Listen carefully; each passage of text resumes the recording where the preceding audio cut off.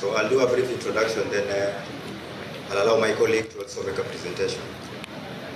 So Medix East Africa, we are a medical equipment supply company, and we provide solutions in all the departments in the hospital, all the way from the outpatient to the theater, maternity, radiology, and also the general ward.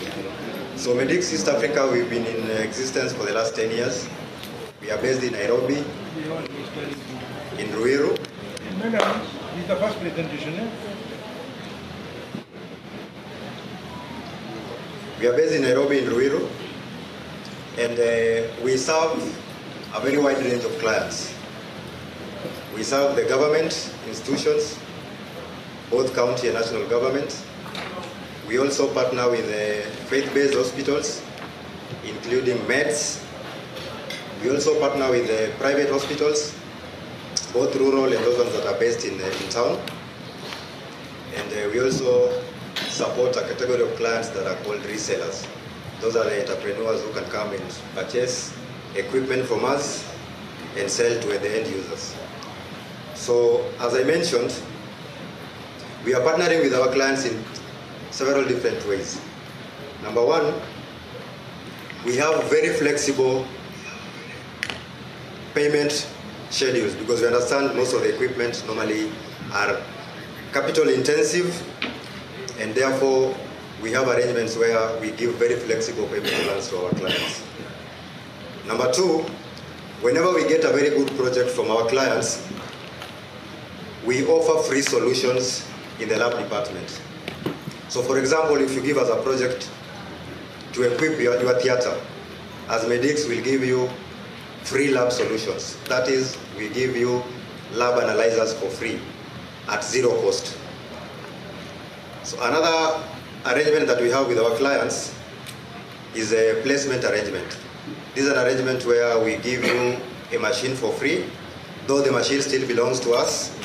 So you only purchase reagents and kits. All the installations are done for free, training is done for free, and also the service is done for free. So if you need more details on these kinds of arrangements, our booth is just here at the corner. You can come and you can engage further.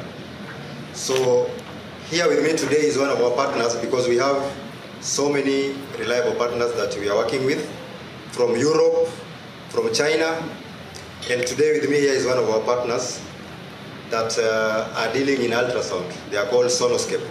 So he's going to make a presentation on ultrasound. So welcome. Good morning. My name is Kevin. I represent Sonoscape. Sonoscape is a company based in China, and it's known to manufacture ultrasound machines, which I'll make a presentation today. As we know, healthcare is emerging, and with the digital era, there is always need to have digitized machines and improved machines from what we had 20 years or 10 years ago. So there's always an improving, it's always an improving sector when it comes to machines that aid in healthcare. So Medix, we have partnered with Medix East Africa to ensure that we provide top-of-the-line ultrasound machines. As you can see, one of the ultrasound machines here. These are the products that Sonoscape produces in terms of ultrasound machines. We have the S series, we have the X series, we have the P series, we have also the E series. So Medix East Africa, or as we have partnered with them, these are the machines that they deal in: the E series, the S series, and the P series. The E series mostly are portable ultrasound machines.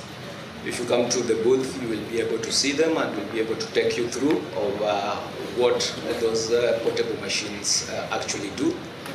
The P series they are trolley-based machines, and there's S-series also are trolley-based machines. Some do 3D, some do 3D, 4D scans. So you will be able to be given more information when you visit us at the booth. So I would like just to show you a short video of one of our ultrasound machines.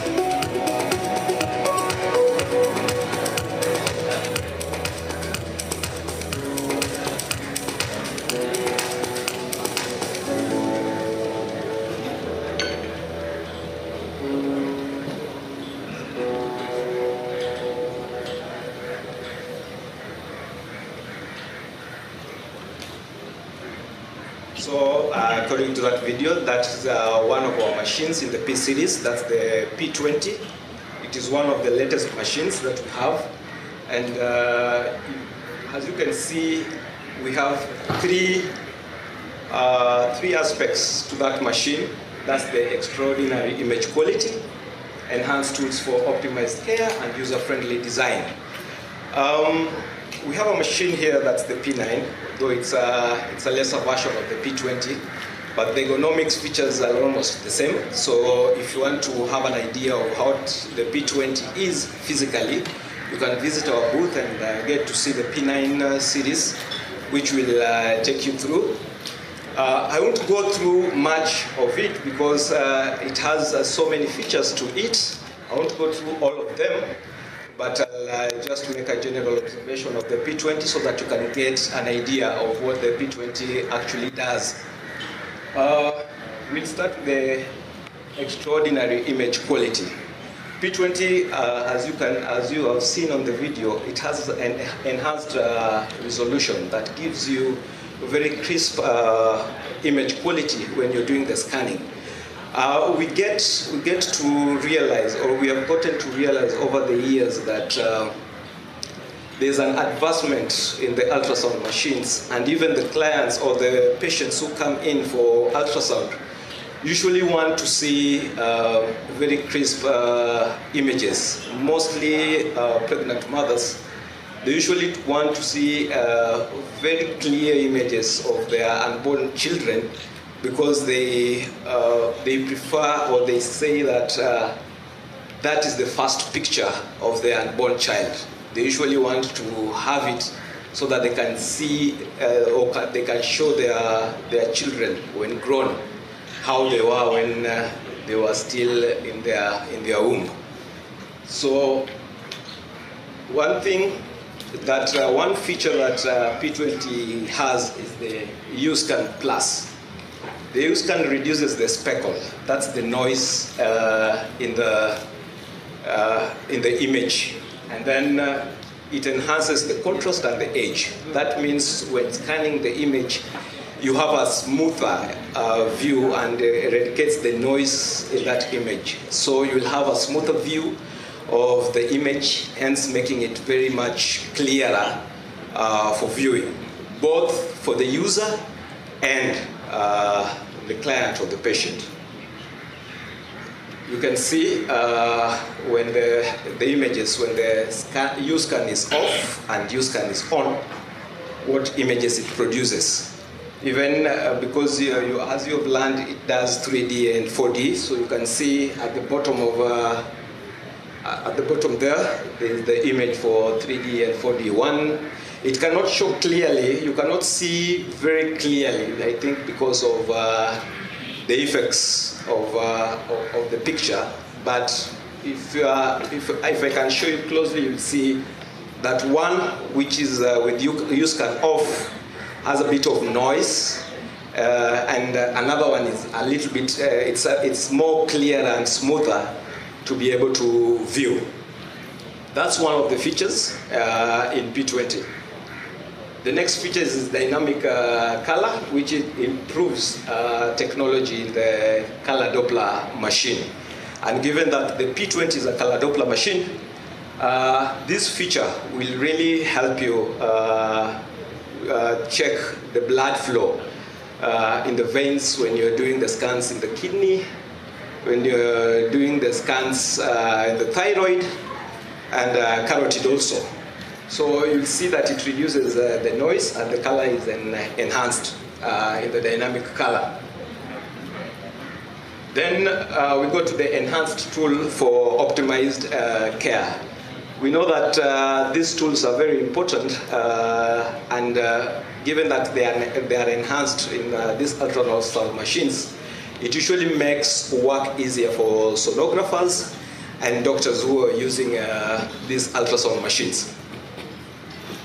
So we have a real-time panoramic. This one enhances, or it makes visualizing of the blood flow easy.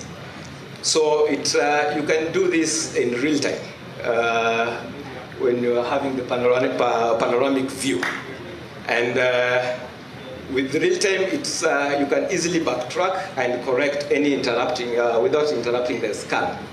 So these are one of the enhanced features that are in P20 and even P40 in our ultrasound machine.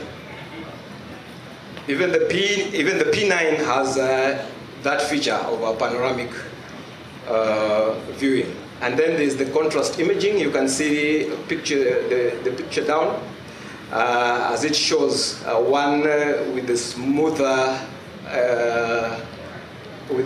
view, and another one has a lot of noise. So the contrast imaging provides a loud signal reflection, giving more enhanced image to difficult to view blood vessels or blood flow, as you can see.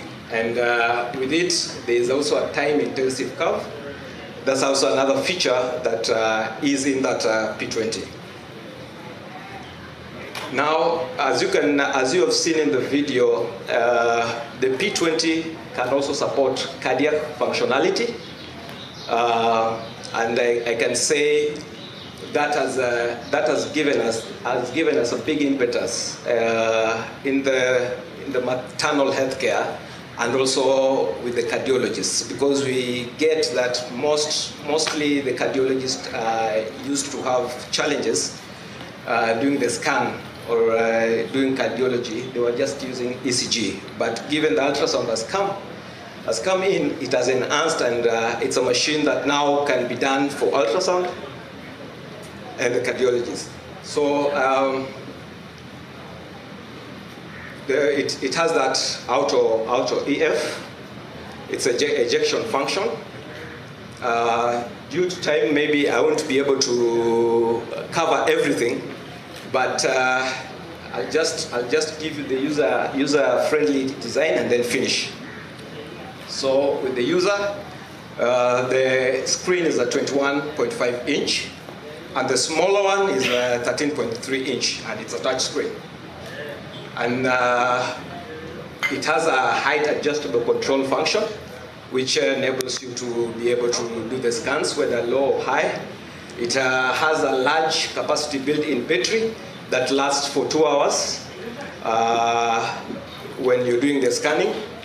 It has a rotatable control panel that rotates at 180 degrees, has 5 probes connectors, interchangeable, multi-stage temperature control gel warmer, which means the ultrasound gel will be warm when placing it on the patient, and cable management holder to be able to protect the probes from damage.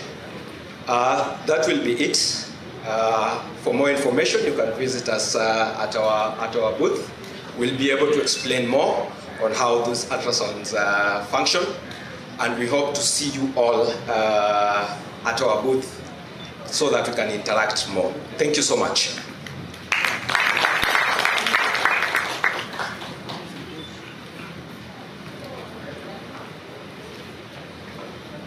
Thank you so much, Medix East Africa, for supporting us, and also for that wonderful presentation. So please go to their booth if you'd like more on what they've just presented. Next up, starting off the scientific presentations today, we have Dr. Kiplangat Sige, who will be talking on the Global Point Prevalence Survey of antimicrobial consumption and resistance. Dr. Sige is a medical doctor with over 10 years experience in clinical medicine, clinical research, and life sciences. And he has a master's in public health from the London School of Hygiene and Tropical Medicine, and postgraduate diploma in tropical medicine and hygiene and non-communicable diseases. He has quite a career in research, working also with Henry Wellcome Trust, and he has received many accolades, including being amongst the Business Daily Top 40 Under 40 Men in 2017.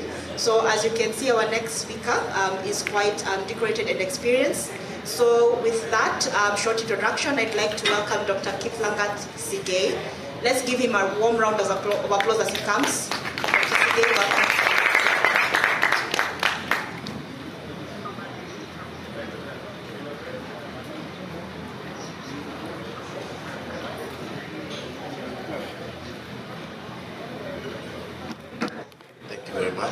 Dr. Angela, good morning. Good morning. All right. So, just gonna wait for the slides to load.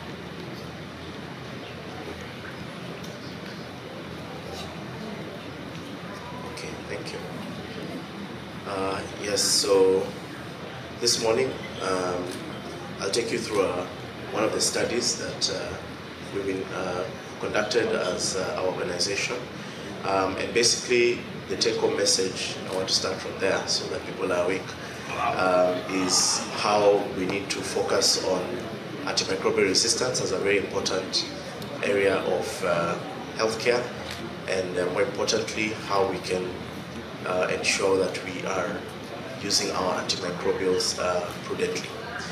So as you've heard, my name is Dr. Kiplangat Sige. I work with an organization called bioMérieux, probably one of the most difficult names that some of you are encountering in this conference and probably today, and I'll explain a little bit about that. So And this Global Point Prevalence Survey is a study that was supported by our organization. So I'll start by introducing the company, bioMérieux. bioMérieux is a laboratory diagnostics company. Basically, we have solutions in the lab.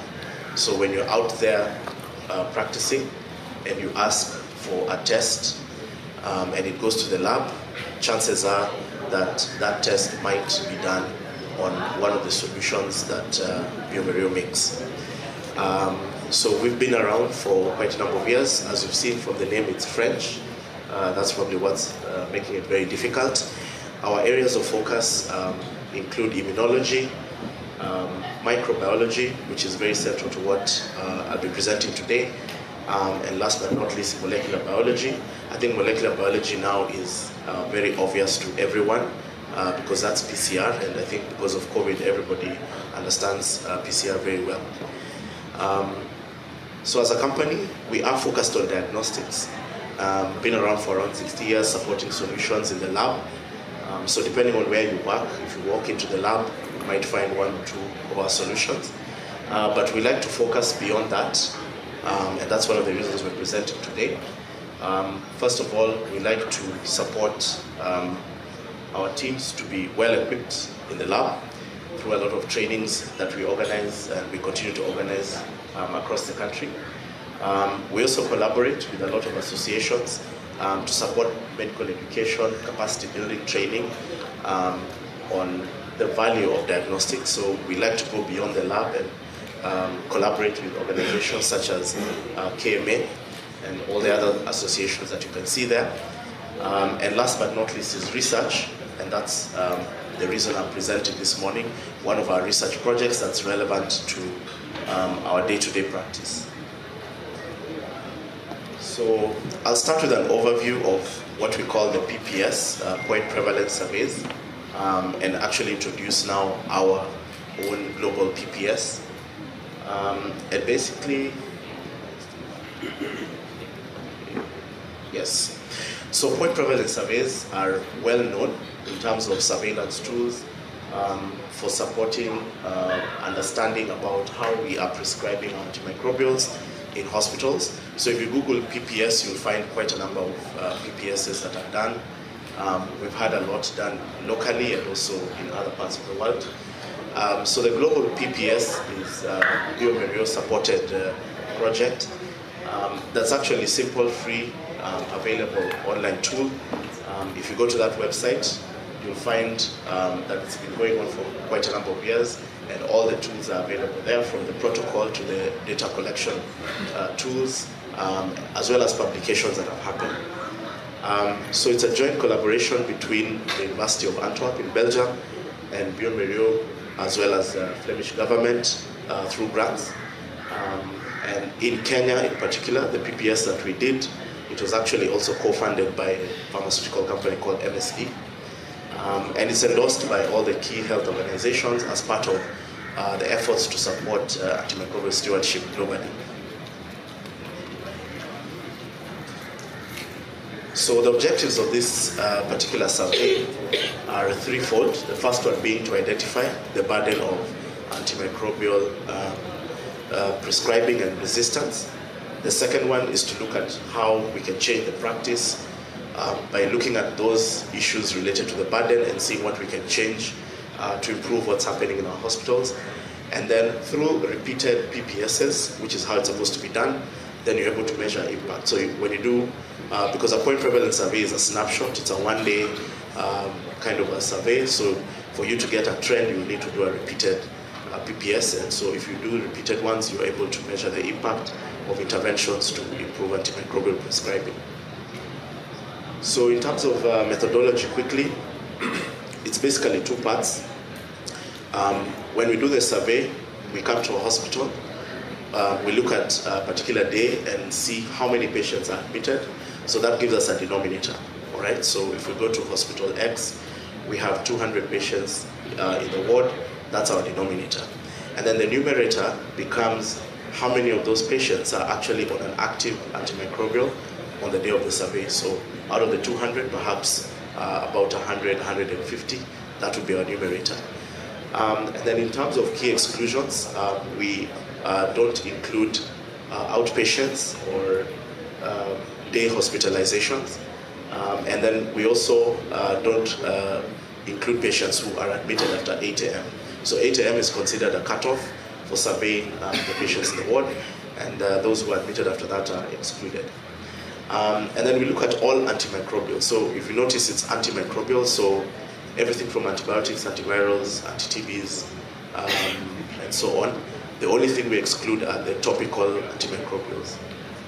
And then in terms of what data we collect, basically we look at what the antimicrobial agents are, what are the indications, and then we go into a little bit of detail in terms of dosages, duration, whether the treatment was empiric or targeted, in terms of what bacteria was found, and if possible we get resistance profiles of those bacteria if they're available. We're very keen on diagnostic tests if they were used to inform the decision to give antimicrobials. Of course, as a diagnostic company, that is probably the most important for us, but we're looking at it holistically. Whether you complied with the guidelines, and so on and so forth. So all the details are available on that website, and basically a lot more information is available there. So in terms of just methodology, COVID-19 really affected the study. We wanted to start in 2020, but we all know how that went, so we were able to do this late in 2021.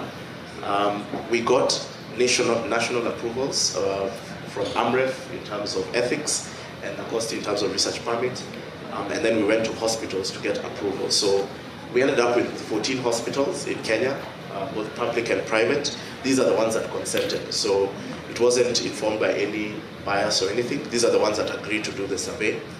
And 3 of the hospitals were specifically selected by MSD, who was co-funding.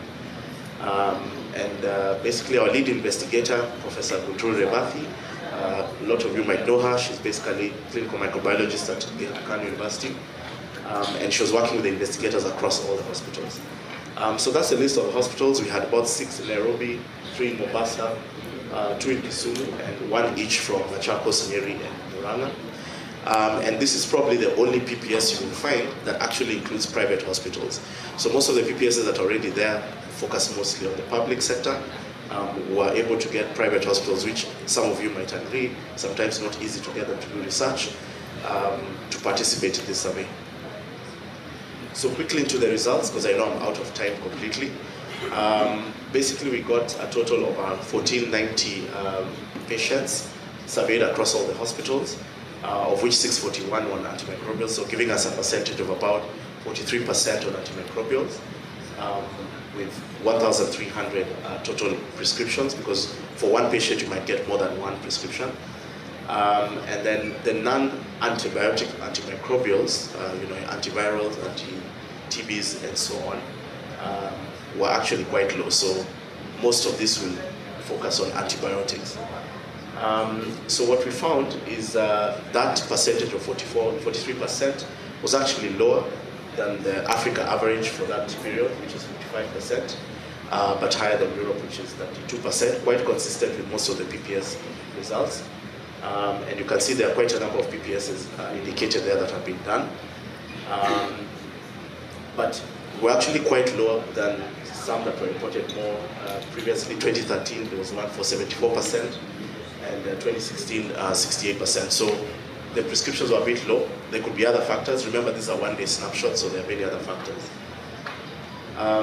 In terms of per department, I'll just highlight that in your critical care departments, ICUs, of course, a lot of antimicrobial prescription, as expected, but also in your pediatrics, quite high there at 74% as well. Most of it was third-generation cephalosporins, followed by penicillins, as well as the imidazole group. And then, of course, per department, depending on what was happening. For our pediatrics, of course, a lot of aminoglycosides and penicillin. I think Expen, gentamicin, very common to everyone in that department. In terms of the practice of prescribing, most of it followed the AWARE. So there's the AWARE classification for WHO on how to prescribe antimicrobials. Majority of your antimicrobials were fitting in there. There's a lot more detail as to which antimicrobial was in which category. Very little of the reserve category on the day of the survey. What was then striking is surgical prophylaxis, more than 1 day, was actually at 85%, which is quite big, which is quite high rather. And ideally, surgical prophylaxis is not supposed to go beyond 1 day. In fact, it's supposed to be a start dose. But we find people are writing surgical prophylaxis and then continuing for longer than the period outside the surgery. So that's one of the key findings of this survey, and that has been seen actually in other PPSs.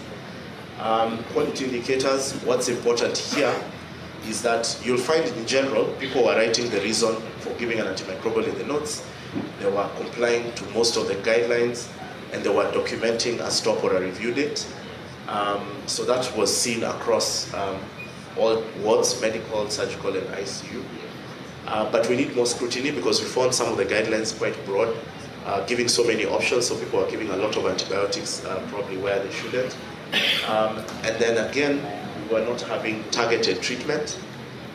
So if you look at targeted antimicrobial prescriptions, for community-acquired infections, only 19%, and for those with hospital-associated infections, only 11%. So targeting is what we're really trying to preach as a message for today.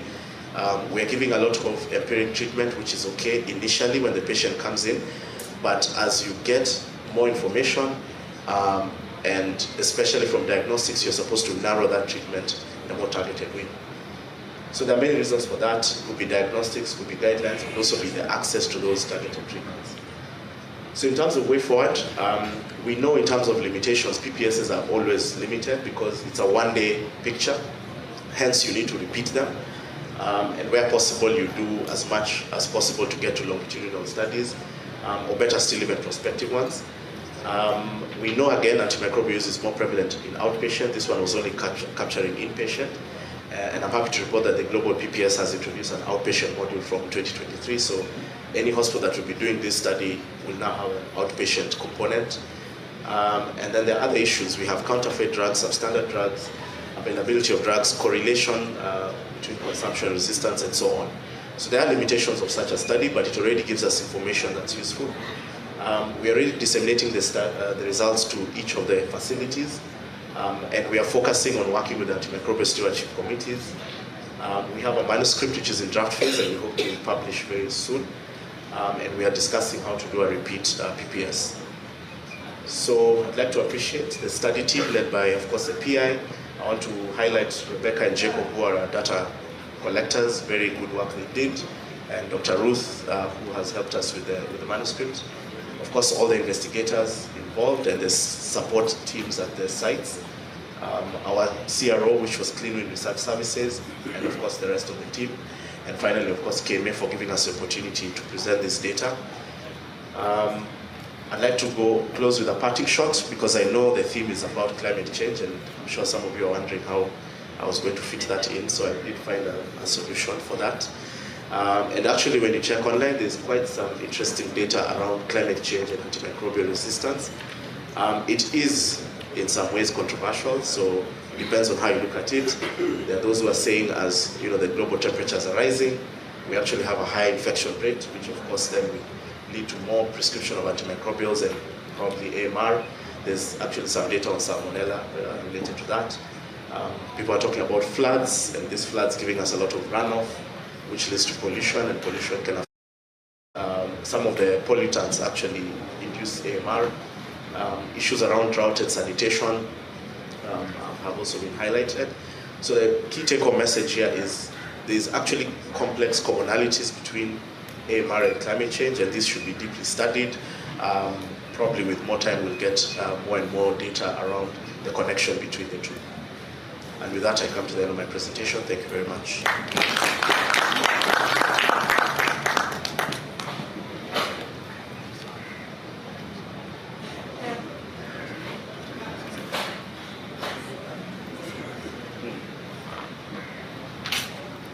Thank you so much, Dr. Sige, for that wonderful presentation.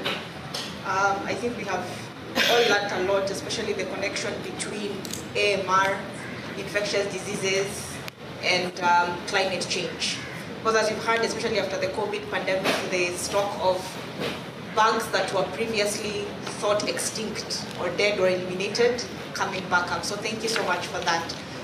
So our next presenter is going to make his presentation online. That is Mr. Tony Schifano, the founder and CEO of Antos Environmental, which is a 35-plus-year-old mission-driven organization that drives environmental initiatives globally.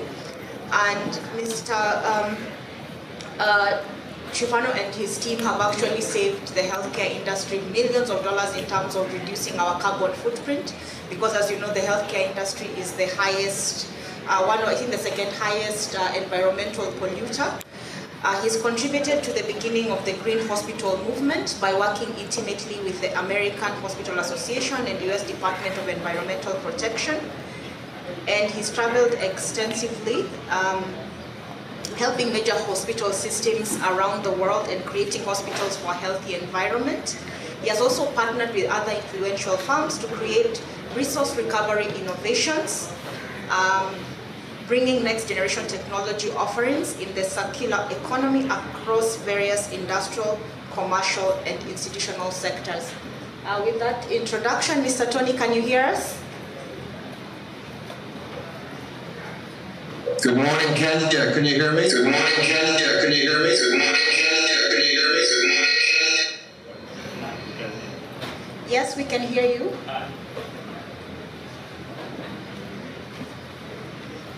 Just a bit of a technical hitch there. Let's have that sorted out.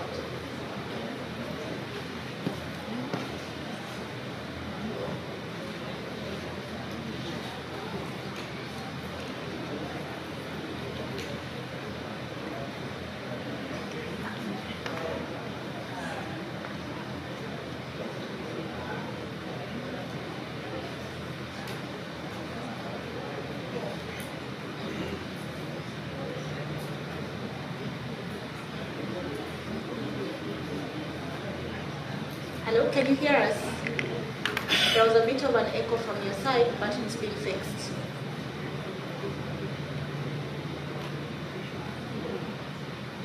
Hello, Can hear you? Hi there. All right, please go ahead. Welcome. All right, please go ahead. Welcome. All right.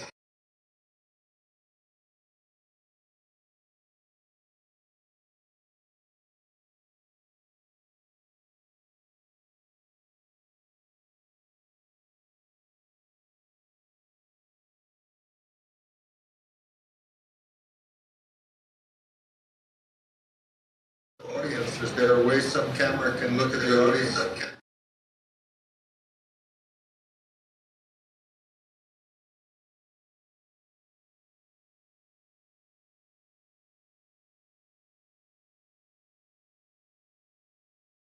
But please go ahead. We can see and hear.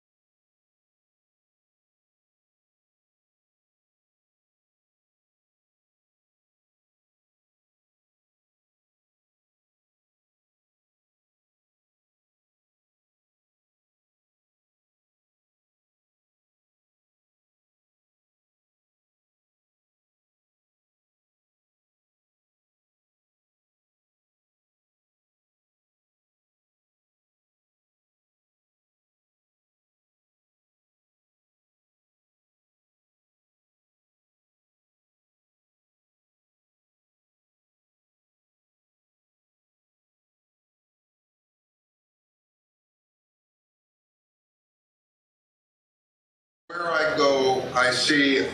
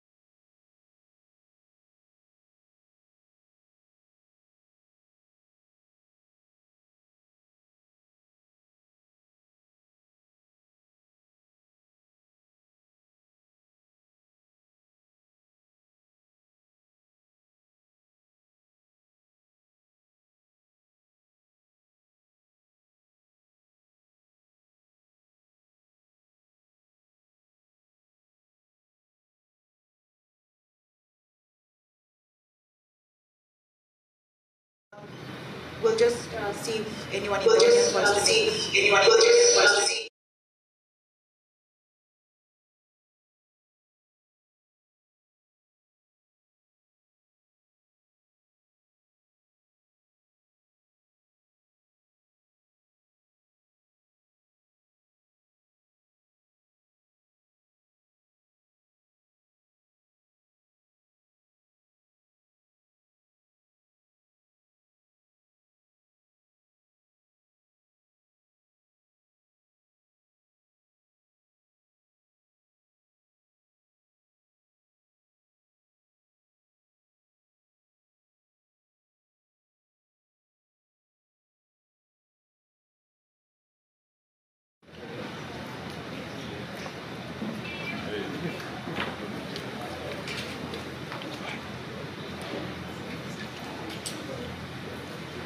I don't know whether it can be heard.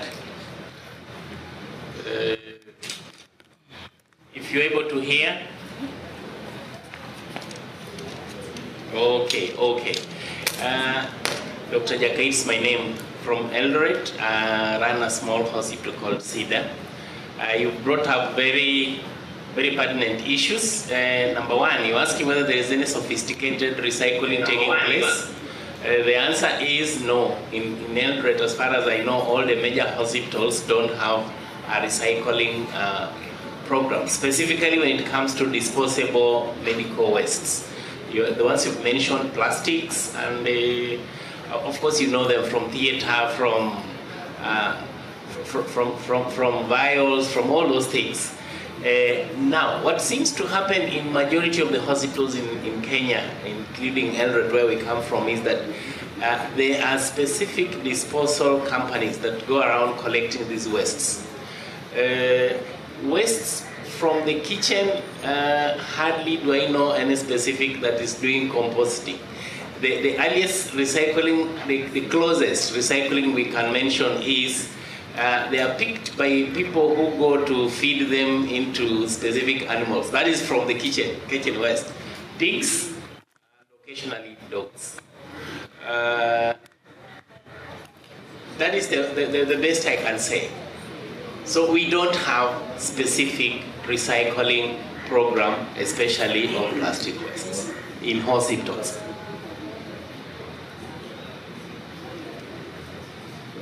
With me, there's a green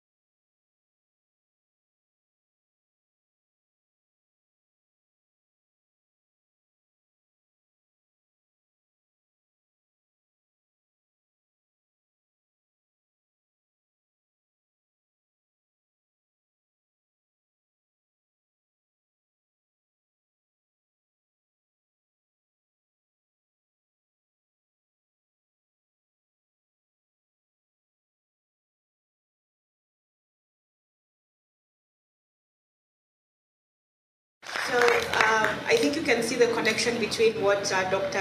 Sigei presented and what Tony has just talked about, the generation of waste, because infectious diseases, how many times do you change your gloves in the hospital? Just because you're trying to keep yourself from getting an infection. And then that is also waste generation. So if you have any question for either Tony or Sigei, I'll take one or two questions from the audience.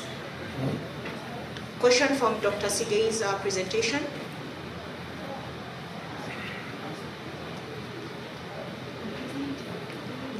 Questions from Tony? Okay, going. You know, we started collecting gloves. Going twice. No, that's us.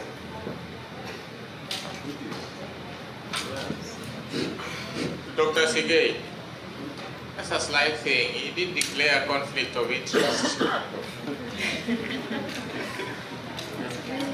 That is someone who attended the pre-conference.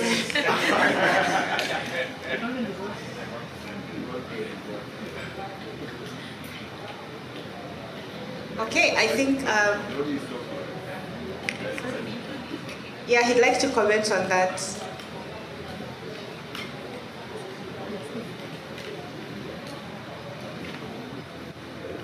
Yes, I think for me, since I work for the company, I have no choice. But I think the focus is what we're doing to support research, especially on antimicrobial resistance. But I'm happy to see that people are learning about research in terms of conflict. So, thank you.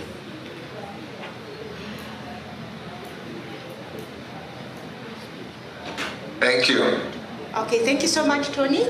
We don't have any more questions or comments from the audience. KMA will stay in touch and follow up with what you've just said about supporting groups of hospitals or hospitals to become green in Kenya as well. Thank you very much. Thank you. We're going to move. Bye-bye now. Bye-bye. Thank you. So we're going to move to the next session, and today we have a guest who needs no introduction. If you follow the Kenyan healthcare space, global healthcare space, we have Dr. Tosif Dean, the CEO, MP Shah Hospital, with us here this morning, and I'd like to welcome her to make a few remarks. Let's welcome her with a round of applause.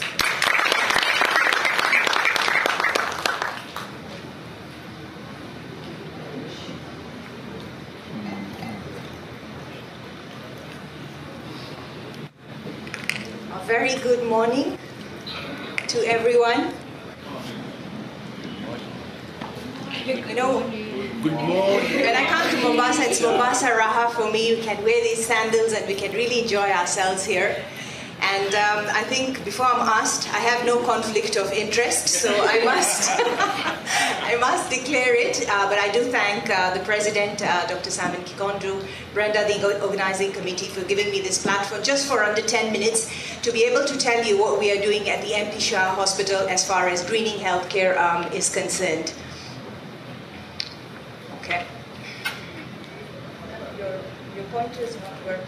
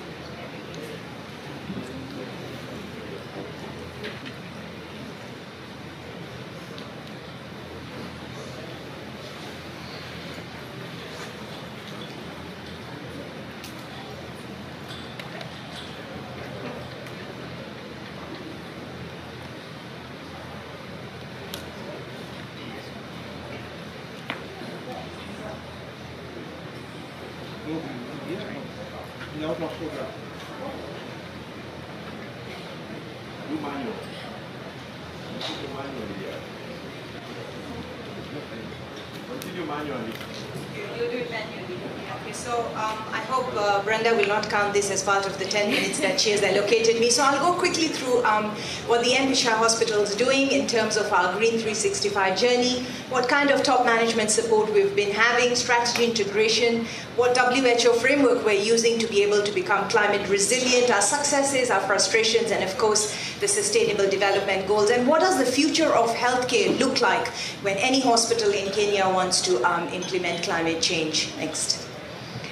Kenya is a country of beautiful lush green gardens and one of the most beautiful beaches in the world, and of course one of the most fastest runners. So how about looking after our country from a healthcare perspective?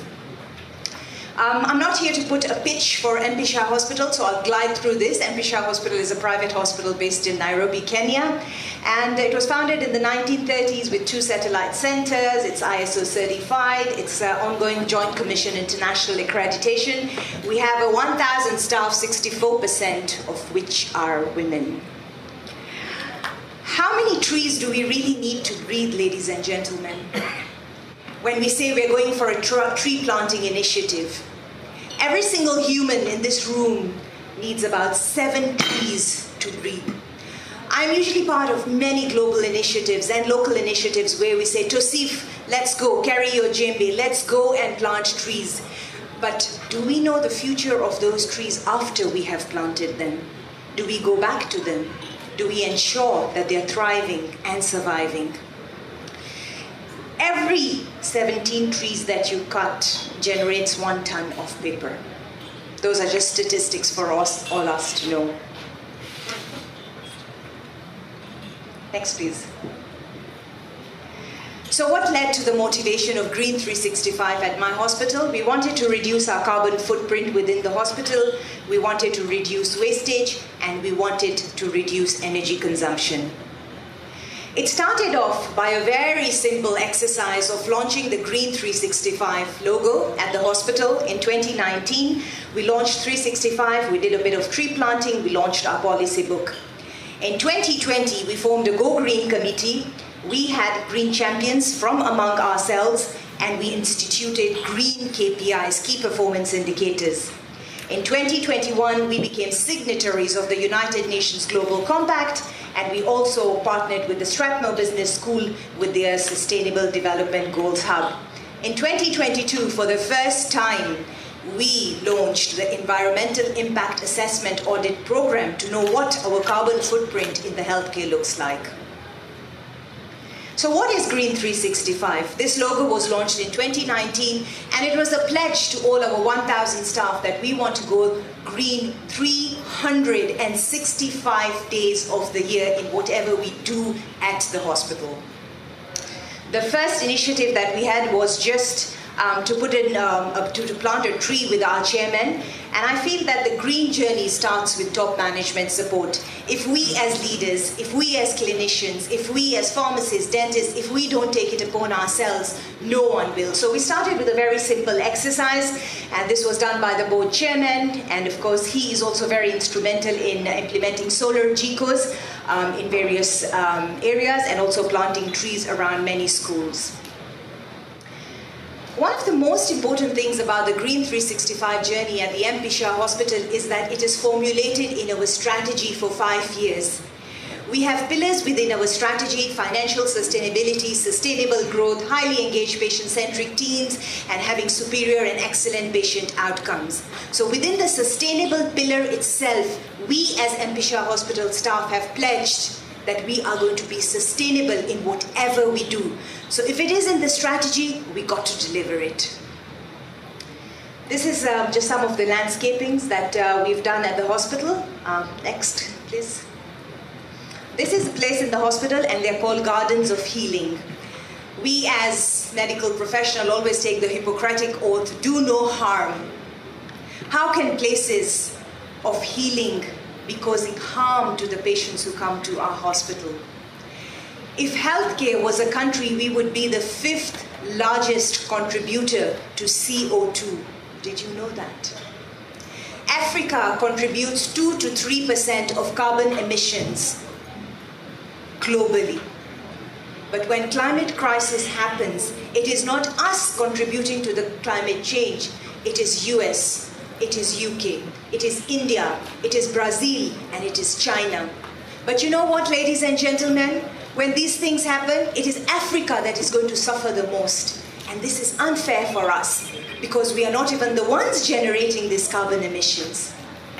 And therefore, as a hospital that operates 24 hours a day, we have energy guzzling equipment in our institutions, CT scans, ultrasounds, boilers, laundry machines that are running 24 hours a day. How much carbon emission comes out from a healthcare industry?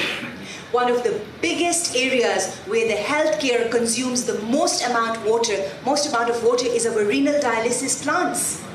For all those people who are here, let's become more conscious. Let's talk about green nephrology, green dentistry, green operating theatres, green podiatry. Everything can be green only if we create an awareness around what we do as clinicians.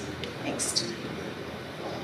This was some of the sensitization strategies that we had in terms of disposing our waste responsibly. Next. We have Stash the Trash campaigns at the hospital where we all come together on the 9th of every month and we collect all the garbage in the hospital and we dispose it off responsibly. Next, please. We all know the COVID-19 pandemic hit us in many different ways, mentally, physically, and financially. One N95 mask was almost costing 1,800 shillings. We as the hospital came up with this strategy. Next, please. We came up with this strategy where we were re-sterilizing N95 masks and we could use them again and again. Next. We also developed our own in-house oxygen plants. And here we went ahead. We had General Badi, next please, coming in. We now have 2 oxygen plants. One for medical air. We have liquid oxygen plants in the hospital. We are aligned with the Sustainable Development Goals as an institution. We support goal number 3, which is good health and well-being. We are signatories of the United Nations Global Compact. And of course, as far as gender equality is concerned, as earlier mentioned, about the previous slide, please. 84% of our senior management team are women. 51% of our HODs are women. 83% of our nurses are women, and 100% of our nurse managers are women. In terms of energy efficiency, we introduced LED lighting systems, solar systems for lighting, motion sensors on our taps, automated and centralized PC sleeping systems, energy conservation and Green 365 signage, and we are now also tracking our electricity consumption. This is a picture of our solar panels. Success have been also carpooling, document management information systems. We have even become paperless. It is possible. Today, as I inspire you, my inspiration is not enough for you. It is the actions that are going to drive change for all of us. It is the actions that we take as individuals to look after our country, our people, and most importantly, the future generation. I often quote this, that before when we are young children, our mothers used to send us outside to play. The whole day we used to play and come back. But now what are we doing as parents? We are giving our children tablets, phones, mobiles, video games, which are using energy. We are actually breaking the social interaction of these children. Why not send them outside? Instead of sitting home the whole day, let them get that natural sunlight. So it's an encouragement that we can also be good parents as we lead the journey of sustainability. Next, please. This is our Green 365 logo. Next, please. We also did our first ever sustainability report, so not no one tell you that healthcare cannot issue sustainability reports. So we published that last year. We also had an environmental impact assessment, and we also went to Dubai all the way to showcase that Kenya can become sustainable on the healthcare front. Next, please. Next, please. We also partnered with the Africa Collect Textiles. So far, we have recycled 1,800 kilograms of linen at the hospital. For those of us working for hospitals, you know that there's a lot of linen that is condemned on a regular basis. So we've partnered with the Africa Collect Textiles. They come, they take our linen, and they recycle.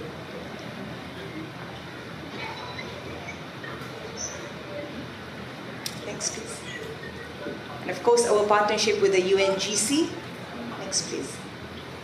And this is one of our big projects that we launched just this year with the We Center.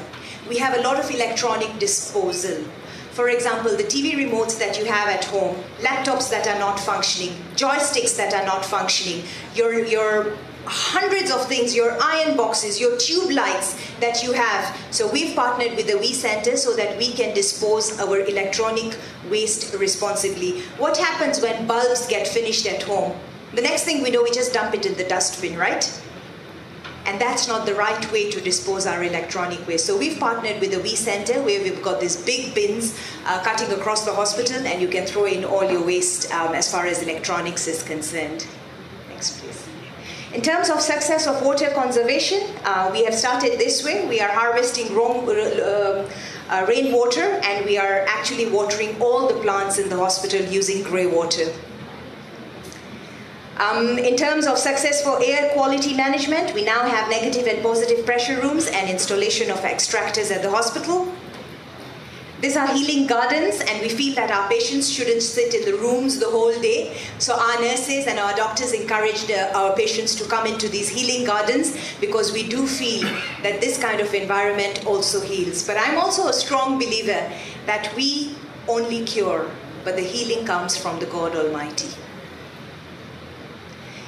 Of course, there are limitations. Green funding and climate financing is always an issue for all of us. Our medical curriculums do not have a module for green training.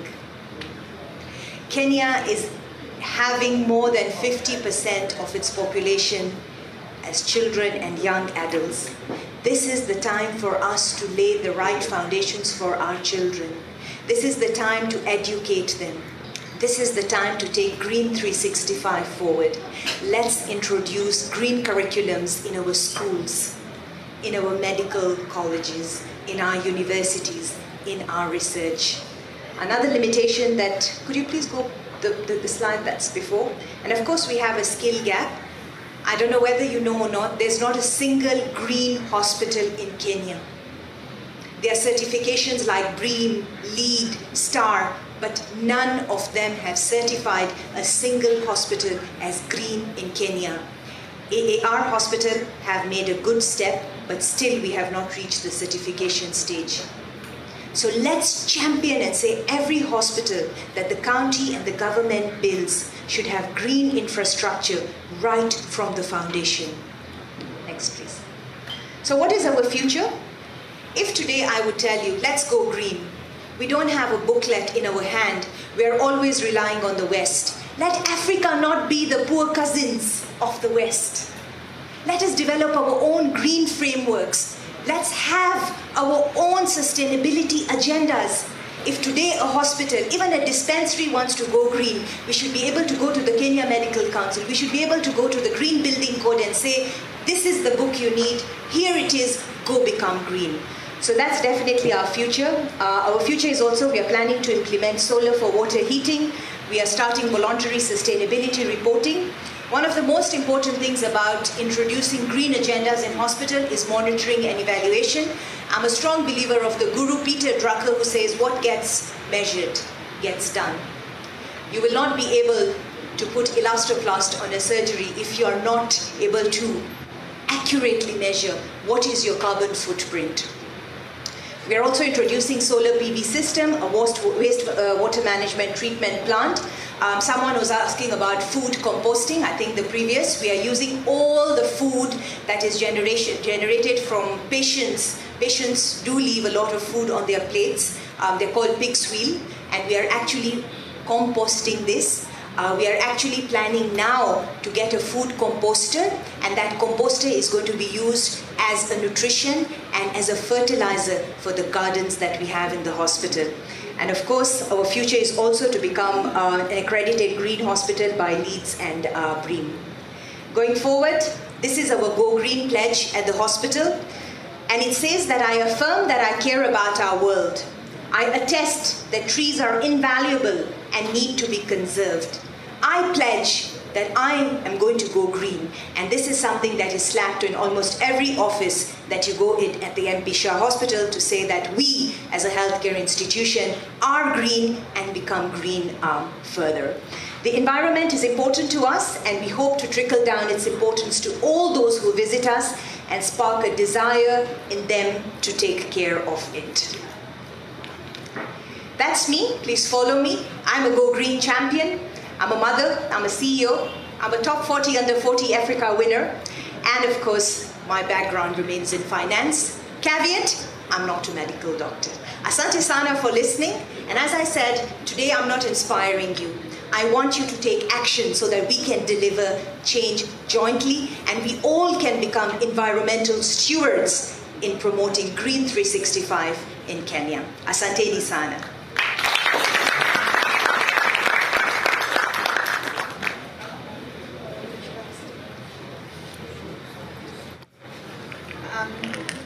Thank you very much, Dr. Sosif, for that wonderful presentation. I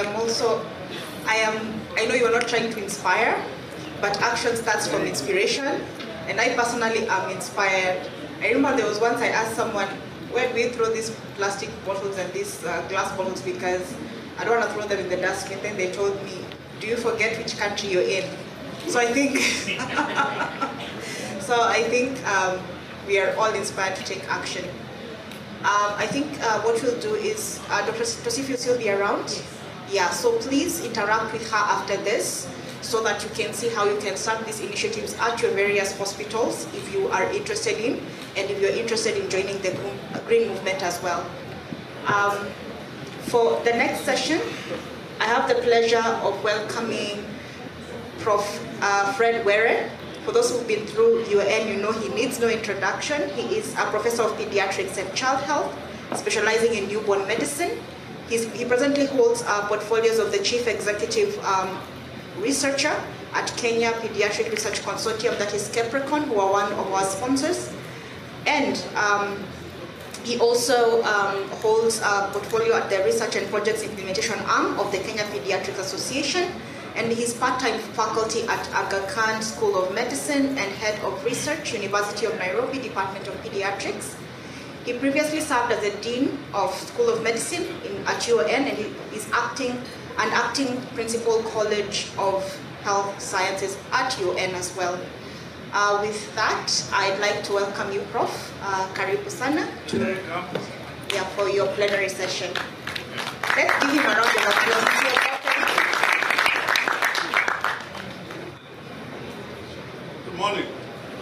I have to keep persuading you to move the slides, I guess. All right, I don't mind persuading. Yeah.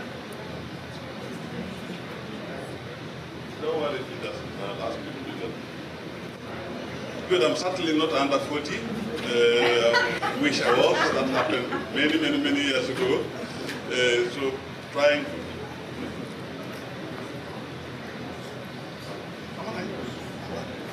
So I'm certainly not under 40, but I think I'm so old I need a chair. If it's not working, I'm okay. I'll ask you to. All right. Good morning. I know I'm supposed to be. You can hear me? This is the microphone. The microphone. Up there? The microphone. Maybe it's set for the under 40 height. Is it better? Yeah. Okay. Now raised to over 60, good. Good morning, everybody. A few genuine classmates that I had, I've seen here, and the younger classmates who are sitting while I was standing during my long teaching career. Good morning. I know we are supposed to be focusing aggressively, almost violently, on climate change, but I want to introduce an issue of those whom climate change will benefit. You guys make sure the change doesn't take place, so it takes place in the right direction to protect some people. What I want to share with you today is some activities we are doing that require all of us, just like climate change requires all of us. But this one too requires all of us to make happen. As you can see the title there, something called Championing Evidence-Based Advocacy for RAMCA. RAMCA is a mouthful. Next slide.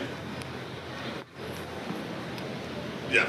So let me give you a bit of a background of that situation. Next slide. Yes. We start with the problem that leads to the issue of RAMCA. Every so often you get to find out continuously what's happening to various outcomes in our society in terms of survival. And survival for a newborn physician is really the beginning of everything. We talk about survival, the time at which we estimate your survival chances the day you are born. When you say the life expectancy is 60, that's only the day you are born. Mine now at 65, the expectancy might be 100 with ease. This is what is happening in Kenya, and we are biologically not doing as well as we would like to. We are enjoying a maternal mortality of that number, 340 or so per 100,000 mothers who manage to deliver live babies. We have the neonatal mortality that has been dwindling. I'll show you some of the trends in a bit. Around about 22, when it should be less than 10. The children who manage, who are born, quite a large number of them don't reach the 5th birthday. I'm saying quite a large number because we are counting 32 who pass on. Again, there's many countries which are counting less than 5. So that's not good enough for a country that is almost going to become middle income when we move the L. Then the other statistics are there which we are familiar with. The next slide. If you look at the trends that have been going on, the value of this slide is actually just to tell you that my side of the woods, whatever we have been doing to reduce or to improve the health of young children, we haven't done as well with the newborn. And if that beginning remains as flat as that one is, all these others will come to zero, but the under 5 outcomes are still bad. The next one. What about, you seem to have gone back? Yeah, that's better. On the other side, are we responding aggressively enough to the issues that are concerning us over there? And these statistics tell us that probably we are trying, but we could do better. We are, as of 2021, towards the end of the year, the final quarter, Kenya was reporting just about, I'm giving you this older statistics because this is what led to the sort of the work that we are doing at present. Only 52% of the women who conceived actually followed the small number of 4 ANC visits throughout that pregnancy. Right now we are dreaming that we shall make them do 8. When we were hardly passing a half at 4. And the deliveries in hospitals were doing well at 81. I've always wondered, hospital deliveries keep increasing, but the newborn outcomes or the maternal outcomes are not changing. So what are we doing in the hospital beyond going green? And finally, the issue about funding, which is important. Have you ever focused on funding in that lower end of life? Or is it just amorphously included?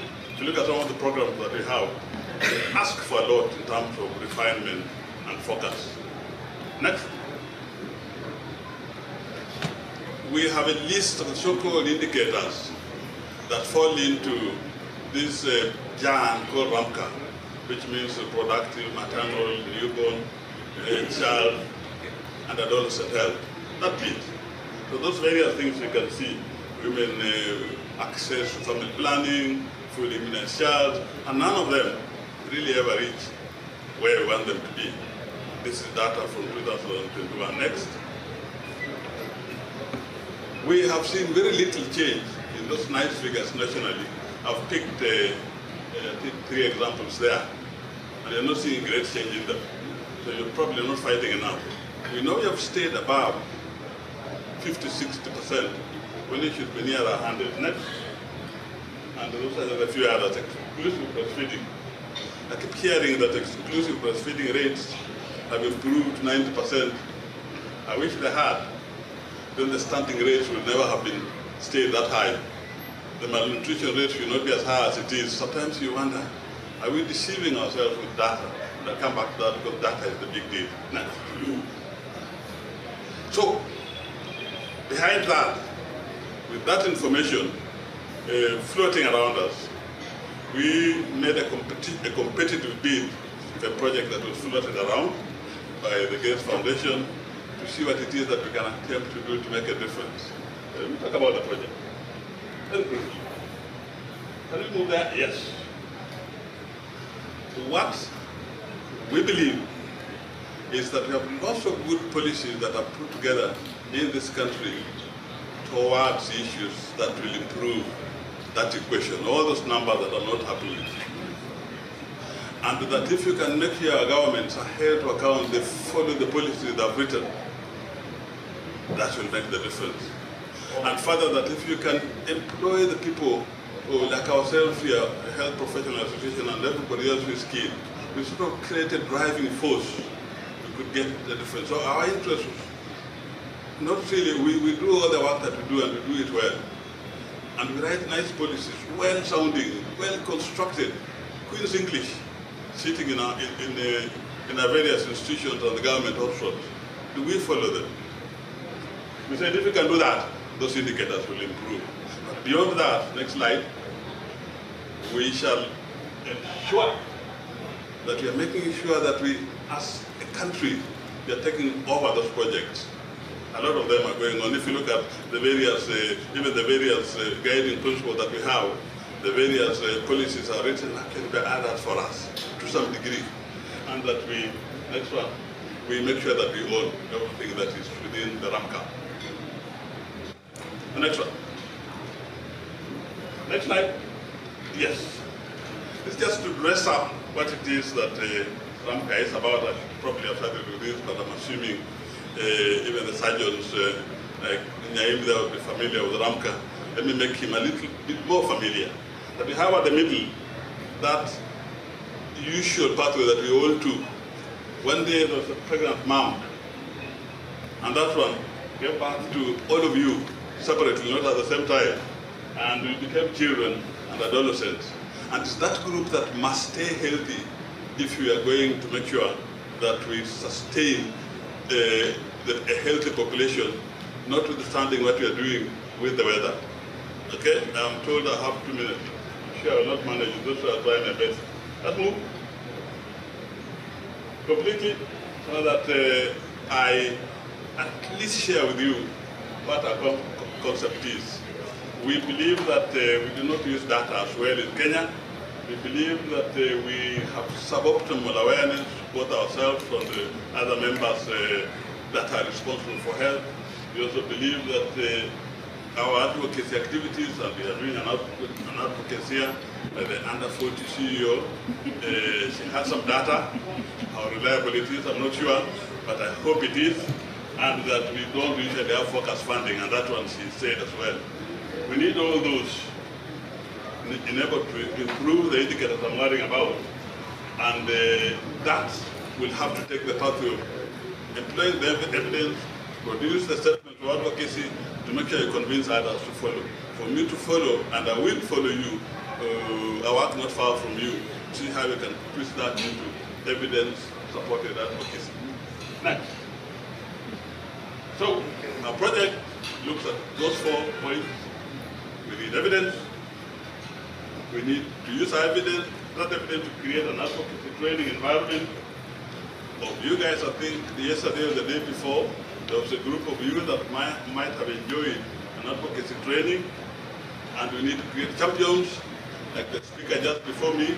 I want her to mix up her environment and the maternal health, for instance, and to create ownership. That's what we are on about. Let me pause a bit so that my teacher sits. I know you are harassing me with time. The gentleman behind you taught me before you were born. Next slide. Are we there? Yeah. So those 4 go under the sort of each one of those, we are talking about having enough data for everything we want to advocate for, whatever it is. We are talking about making sure we have the proper tool for that advocacy. We are talking about being able, if you create a champion, empower them with sufficient and accurate information to champion an idea. And we are talking about really everything you do, make it reach State House, in other words, Parliament. Next. I'll just go to that third one. For the key players include all the health professional organizations, associations. We are talking about health. You can't do it without them, without you. Move to the next.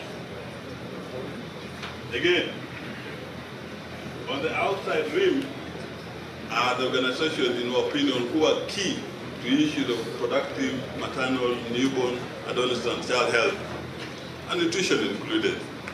And they must all do what's at the middle. And they're doing that courtesy of my project.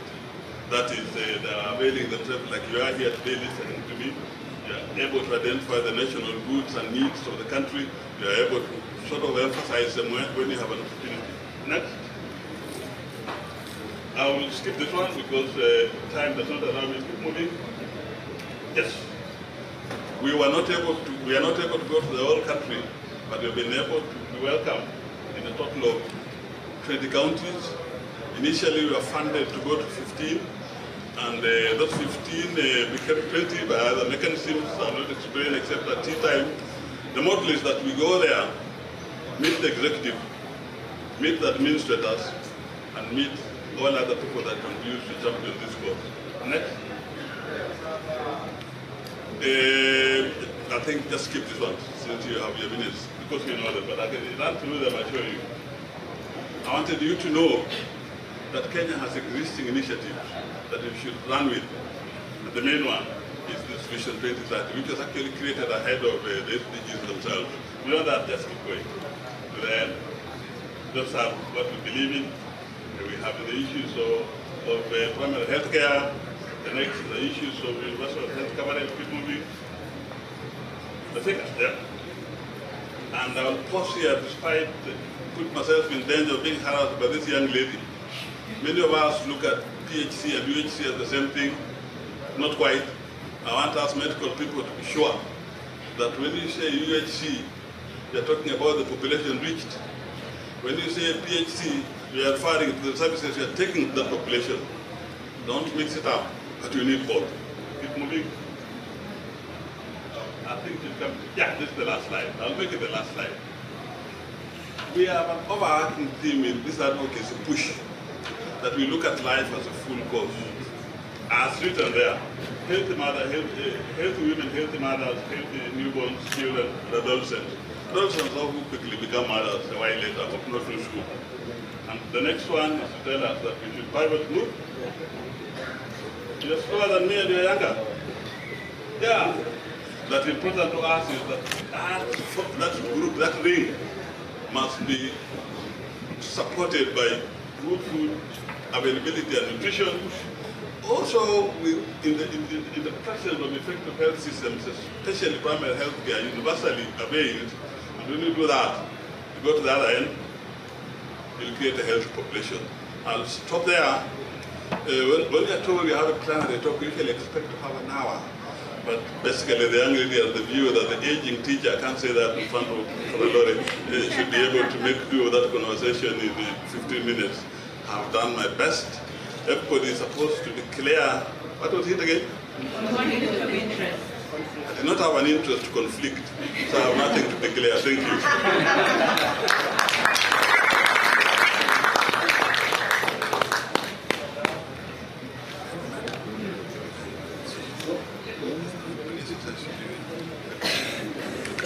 Thank you so much, Prof. Were, for that wonderful presentation and also for the committee.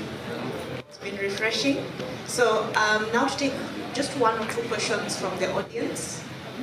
So we have Dr. Nyaim and Dr. Okay.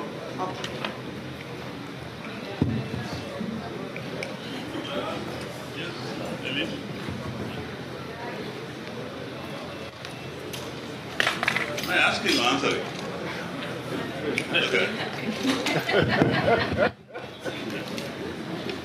Thank Thank you, Professor Were, for that interesting presentation. I'm looking at this slide, and in your life cycle of health, there's no men. So what is their role?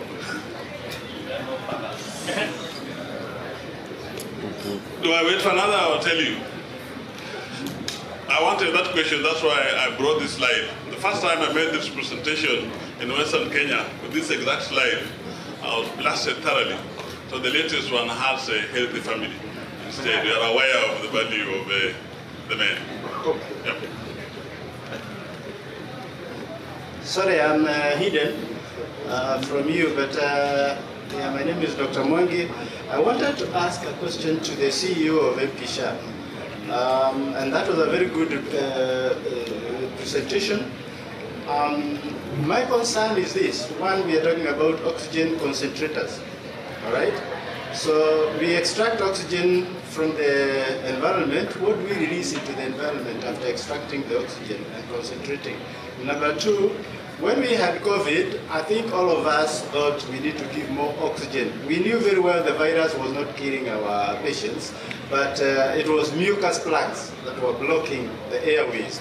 So the question I have in mind is this, and I remember this graphically because I had a number from Professor Were, the nephrologist, and he sent a message on WhatsApp. He's going to ICU, please pray for us.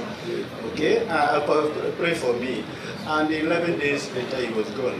So by giving oxygen to somebody who has mucus plugs inside the chest, how are we solving the problem? In other words, if you have a sink that is blocked, how do you solve the problem by adding more water?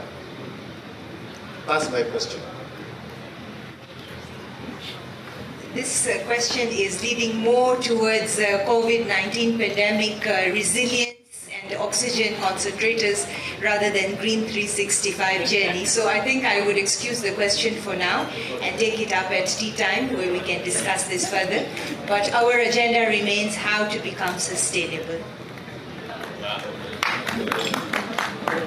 Professor Were, Fred, you talked of a health cycle.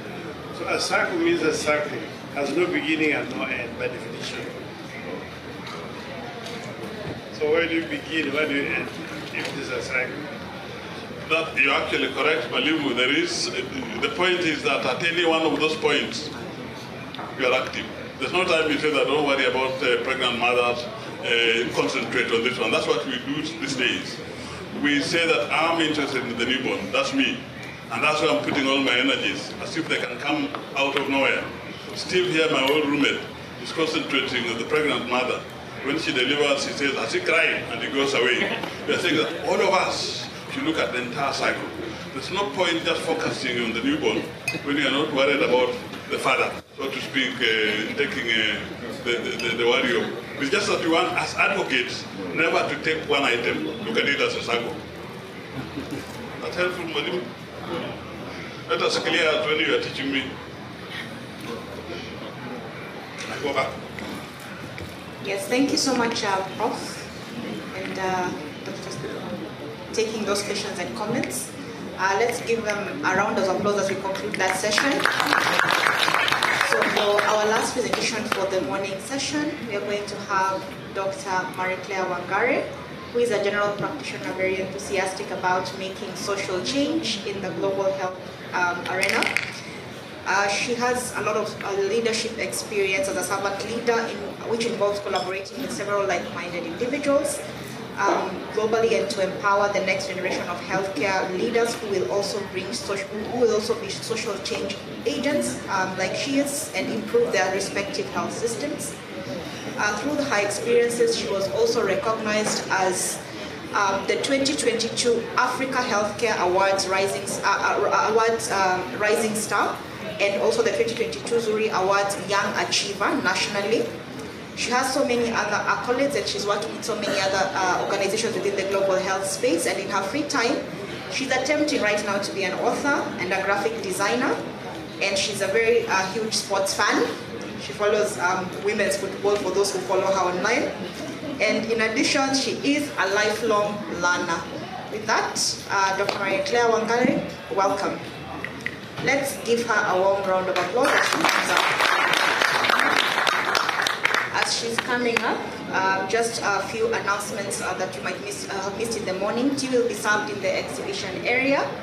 If you need to use the social amenities or the bathrooms, you just go into the main convention center. You can go through the exhibition area or through this exit into the next convention center, and you'll find the washrooms there. Then again, if you want to attend the gala dinner tonight, that's the EMJ gala dinner, make sure you register at the registration desk. This is at no cost. It is just registration to let us know that you will be attending. Thank you. Thank you, Marcy. I think I am the convener of the Kenya Medical Association Young Doctors Network, and I'm making this presentation on behalf of Yasa Shabir, doctor in the making, who is held up battling for final year to become a doctor and join us next year. And Joanne Chalo, who's at the back, who's been coordinating with you guys for registration and is a pre-intern. And one of the key things we do as a Young Doctors Network, or what we are focusing on this year, is how to have policy and advocacy within the network. So in November, we did the pre-internship declaration, and then in line with this year's climate change conference, we decided to do a review of where we are training in climate change. So I just want to do a quick survey of the room so that at least I can conclude my presentation even before I start. Who has been formally trained on climate change? Hands up. Formal training. So yeah, that is actually the summary of my presentation. We are not being trained on anything to do with climate change. And yes, so we decided to review where we are in terms of training for climate change, besides the people who venture into it in masters. And we started out with medicine, just to see how doctors are encountered with climate change. And the long and short of it is, if you're not in the global discussions on climate change, then you probably just think of climate change on one scope. Even today's conference, we are focusing more on climate change, but not the broader planetary health, and I'll expound on that in a few. So the International Federation of Medical Student Association, where Kenya is a subscriber to, and it represents about 1.3 billion medical students, has said already as a world, we have that challenge. 15% of medical schools are the only ones that teach climate change. And out of that 15%, no country is based in Africa. So the African countries do not really, or if they teach it, they don't teach it fully, all the scope of climate change. And 12% of these medical schools, the activities are led by students and not actually the faculty members. So now we have a gap in reverse mentorship, in that now students probably might know more because they've gone to the internet and they've done a module or they've done a course, but not really in their curriculum training.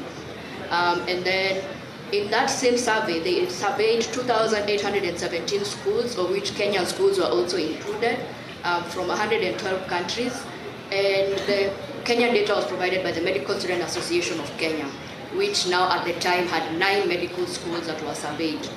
Now, as it stands, these are the 3 things we were looking at: how the extent in which climate change is taught, and us to have dialogue and recommendations. So in short, what we just did was we looked at all the universities stated by KMPDC, and then now we looked at the General Medical Council rules and what is supposed to be taught in climate change based in the UK, and then we analyzed the 2 of them. And there are now 11 medical schools, 10 are fully functional. The 11th one will be operational this year in Aga Khan University. And the medical schools, if you notice, they gravitate around the major cities and towns. So also, I think this is a call to action for those of us who are in academia. What are we going to do towards getting a medical school, probably, let's say in Mandera, which also has a climate change issue that needs to be addressed? Because now for us, our issues on climate change were only specific to major cities and towns, which probably already have maybe an MP Shah branch even, which is having a green hospital. And we realized this is actually, according to General Medical Council, the areas that should be taught in climate change. The reason health impacts of climate and health ecosystems is highlighted red, and I'll just jump to that slide, is because that is what is covered matters to do with heat, matters to do with extreme weather events, water pollution, food supply, infectious diseases, and NCDs. So that is actually where most of our training is on. And that is just one line on what you should be focusing on, because you should be focusing on all these other things, including professionalism, leadership, and governance.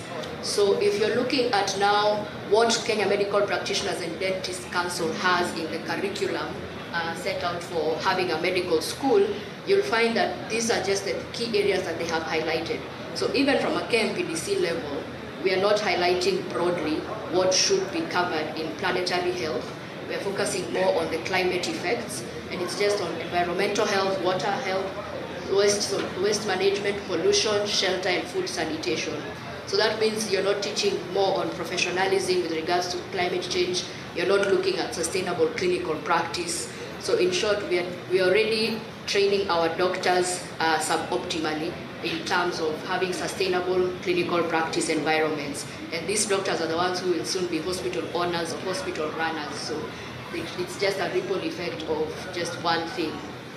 So besides that, so in short, what we found was out of the 9 medical schools where we were able to get their curriculums, 8 of them did not have planetary health incorporated. So they had climate change, but not the whole house of planetary health. And out of that, all the med schools did not really include the health benefits actions to avert planetary health, and none of them had a module on planetary health. And now, to mitigate all these issues is actually also not clearly mentioned. So long and short, that was just graphically for those of you who like graphs to see where we are at. As you see, most of them are absent or partially present, or you couldn't determine. And then now when you look at that one line where we're already training, even that, it's not optimum in how we are training, with most of the schools lying on the absent line. And with regards to professionalism, leadership, and achieving structural change, I think this week we've been seeing a lot of heated discussions in the profession from young doctors especially, and Kenya Medical Association is a member of the World Medical Association that subscribes to the International Code of Medical Ethics, and we've seen a lot of doctors who are misusing social media, which is one of the reasons why we put this slide, because even from our training at undergrad, we are not really training these people to know that you should be observant and you should be cognizant of the things that you share online. So it's at 50-50. And yes, I think that's just it, that 10% of our community health curriculum actually covers climate change and health. And that was the main thing we were looking at, is now how can we work with partners such as Kenya Medical Association and potential employers towards ensuring doctors are trained on the same. And in the interest of time, one of the recommendations we have is we can, instead of reinventing the wheel, the International Federation of Medical Student Association does have a climate change and health manual developed in 2017, which can be a good primer for medical students or medical interns or medical officers to be trained on climate change and health. And I think that's a good place for us to start. And we also have people who have been active in our association in various fora on matters to do with climate change. So how do we take the gap that is there and change it into action? I think we all need to work together. So with that, I'd like to thank you all. Yes, I do declare I have probably a conflict of interest because of the numerous hats that I wear, but I think we need to see how we can work together towards empowering our healthcare workers on climate change and health, and I do not want to hold you any further, so I'll end my presentation there, and thank you very much.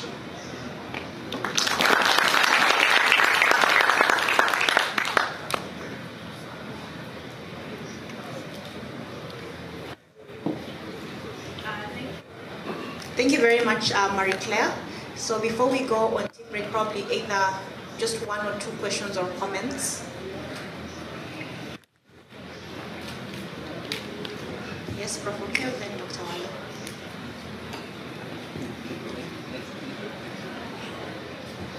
Thank you, Marie-Claire. From your presentation and from previous listening to previous talks on climate change, I get the feeling that if you are planning to change in terms of planetary health and climate change, the time to start is yesterday. And one of the things you are suggesting is that our curriculum needs a review. Curriculum review sometimes is a lengthy and arduous process. Now the regulator has some guidelines on if you are changing the curriculum by a certain percentage, then you need to go through the full process.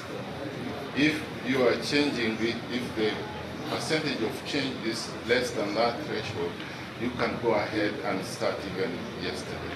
So I don't know if you have thought from your interaction with those elements that are missing, how much change do you need to the current curriculum so that there are things you can start right away and others that you have to go through the process. If you have thought about it, maybe you can respond. If you haven't, maybe it is something that you need to think about moving forward. Thank you. Thank you very much, Prof. Okel, for that comment and advice. Dr. Wala? Thank you very much.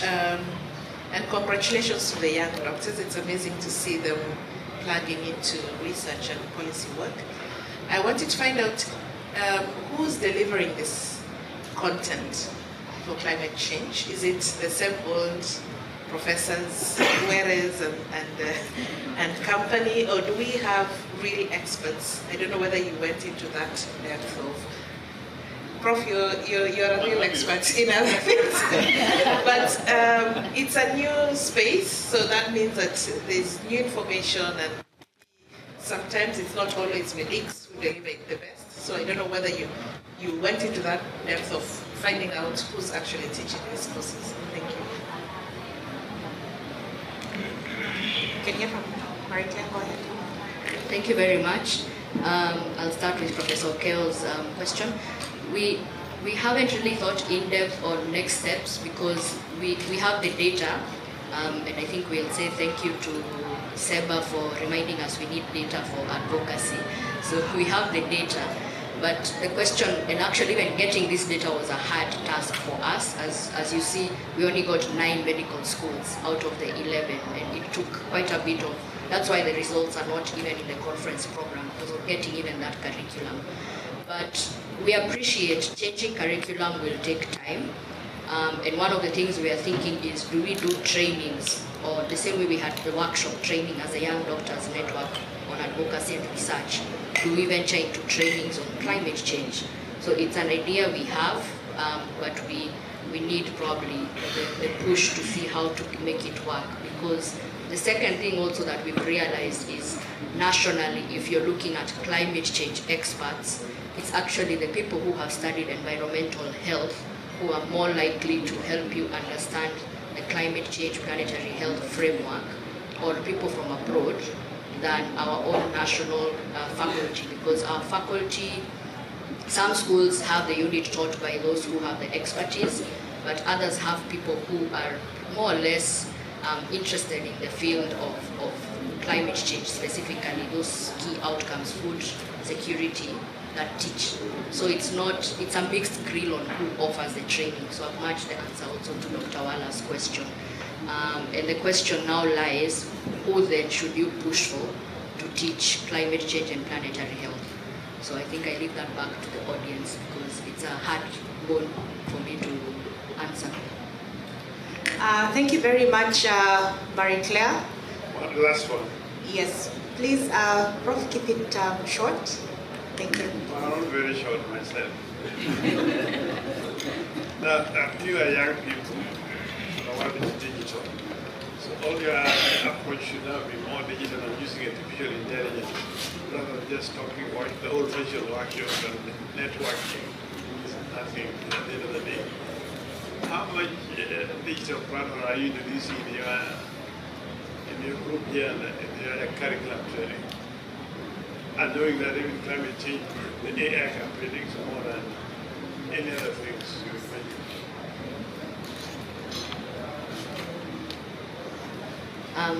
As I think that's a good and hard question you're asking us, Professor. a lot. I think in terms of technology, we do have some of our members who are into the AI space, but I appreciate that we probably have not engaged with the people with digital solutions in climate change.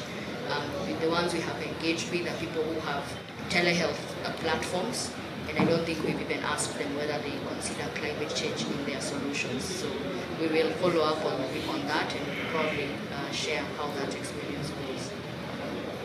Okay, hi everyone. I'm Melvin Otieno, based in Eldoret, Kenya. I'm the founder of Planetary Health Eastern African Hub, and it is really interesting to hear the conversation about planetary health education and also inserting climate change as part of the unit. So with Planetary Health Eastern African Hub, we are currently working on a project called SOPHIA, Strengthening One and Planetary Health in Eastern Africa. And basically we are trying to come up with a toolbox, planetary health toolbox, that will be really resourceful for universities who are interested in implementing planetary health and climate change. So if you're interested in that, you can follow up to me, and also we can share with you the links of our project, and later I'm also presenting a poster that has all those details, and it will be interesting to learn from few universities that are already in Kenya and also Zambia that have already embedded planetary health as a unit or as an elective course. So thank you so much for this conversation, and I'm looking forward to expanding more on this during my poster presentation. Thanks. Thank you very much, Bina. Thank you, Maritia. Let's give them a round of applause as we wrap up the morning session. This has been a good session. I personally have learned a lot. Apologies, we're running a bit behind on time. So right now we are going to break for tea. Like I mentioned, we go through the exhibition area to the end. That is where tea is going to be served. So with that, I welcome you for tea, and I've been your coach. I've been your chair for the session. My co-chair did not show up, so I'm still calling myself co-chair, but I've been your chair for the session, Dr. Mercy Wandala. Thank you, and I wish you a great day ahead.